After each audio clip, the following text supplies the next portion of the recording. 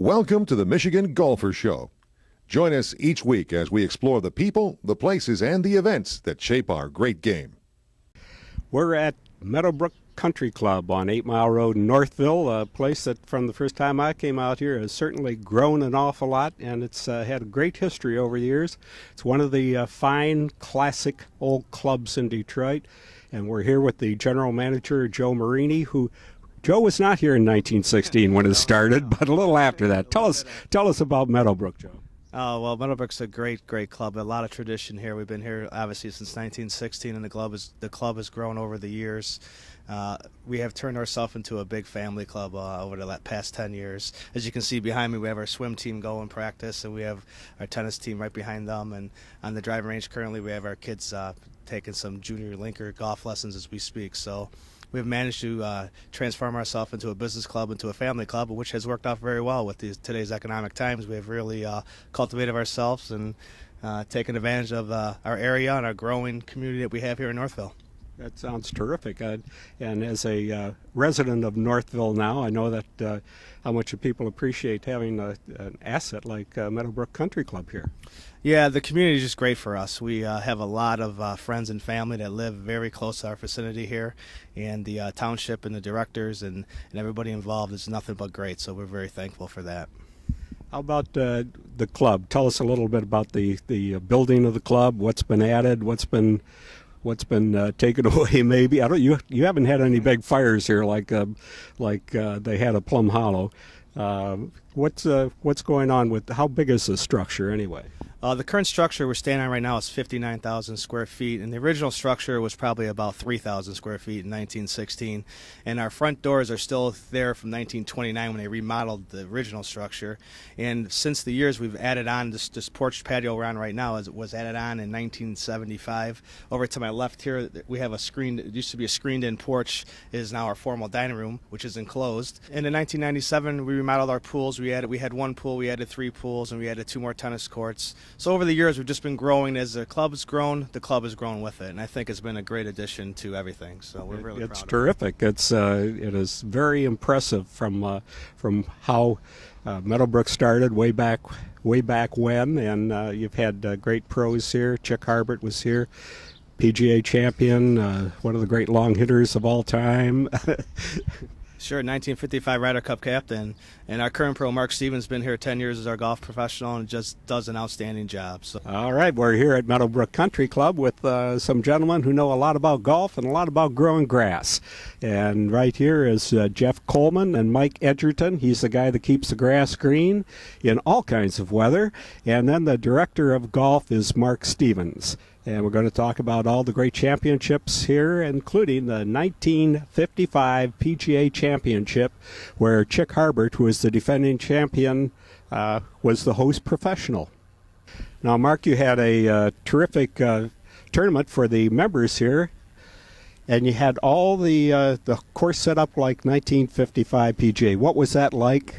The members really enjoyed it. Last year was our first year with the event. It was called the 55 PGA Day. We had a great turnout. We're doing it again this year in September. We're looking for another great event. Now, what was the course like last year compared to 1955? Really fast greens. We tried to put the tees in the same spots as they were, so we had to hit off a couple mats compared to where they were in 55. But Mike did a fantastic job recreating the golf course as it was in 55. And let's see, were there any par breakers? No, there weren't.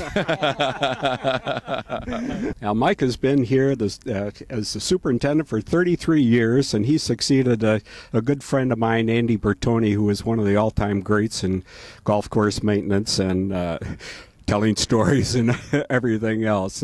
So how has this course evolved in all the time that you've been here?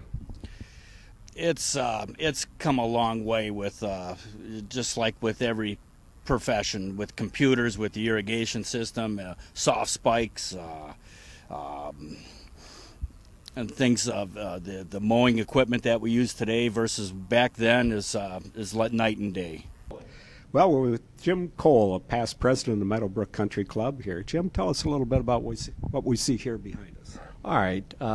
As I understand the situation, a year or two ago at a local golf exposition, Chick Harbert, his two daughters approached our club manager, identified themselves, told him that they, of course, had grown up around the club and would like to come back and see it, and could that be arranged? He, of course, said it could be. And when they came over, they brought with them some memorabilia, if I've said that correctly, relating to their dad. And so on the wall behind us, we have a picture taken in 1942 of Chick, who is second from left in the picture, with Bing Crosby, Jimmy DeMeritt, and Byron Nelson. Beneath that, we have the 1949 U.S. Ryder Cup team, Chick Harbert being second from the right in that photo. And then if we go over here to the two photos on the right, we have the 1955 Ryder Cup team meeting with President Dwight Eisenhower in the White House. And Chick was the captain. Captain of that team. And then we have the 1955 Ryder Cup team with Captain Chick Harbert in the center. And then finally, due completely to serendipity, my wife and I have a daughter that lives in Sarasota, and one of her best friends in her subdivision is married to Paul Azinger's manager. So for this year's Ryder Cup team, where Paul Azinger is, of course, the captain, Tommy Elliott, his manager, had made up this montage of the photos of all of the Ryder Cup captains, and those that are still living have signed the original. The original is in Mr. Azinger's possession, but Tommy was kind enough to make this copy for us in our club.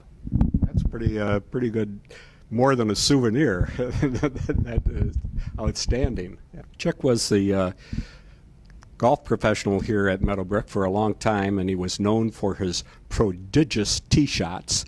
And this was back in the days when it was persimmon and the balls weren't always exactly round. But tell us a little about Chick and his driving exploits.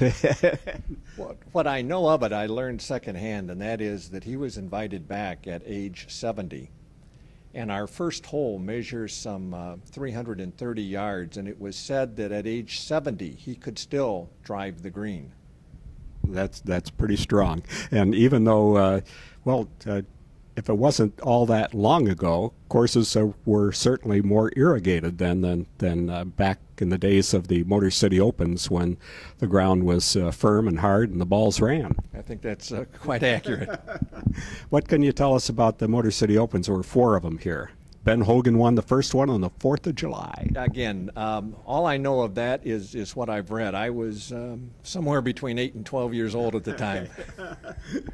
Well, that was a little bit before I was covering golf, too, but I've looked up a lot of it, and Hogan even had to go, back in those days, they played 18-hole playoffs, and he beat Lloyd Mangrum. And then the longest playoff in PGA Tour history was played right here at Meadowbrook, when Kerry Middlecoff and Lloyd Mangrum were still tied after 11 holes. It was dark, and so they said, hey, let's just split the purse and we'll move on, and that's exactly what they did. The Motor City Opens were, they were Detroit's big golf show for many years, other than the Open at Oakland Hills and the PGA Championship here. But back in those days, purses were only about $25,000. And then when Buick came in with the Buick Open in 1958 and offered a $52,000 purse with a $9,000 first prize, why, that kind of took the wind out of the Motor City Open sales, and Buick became Michigan's #1 tour event.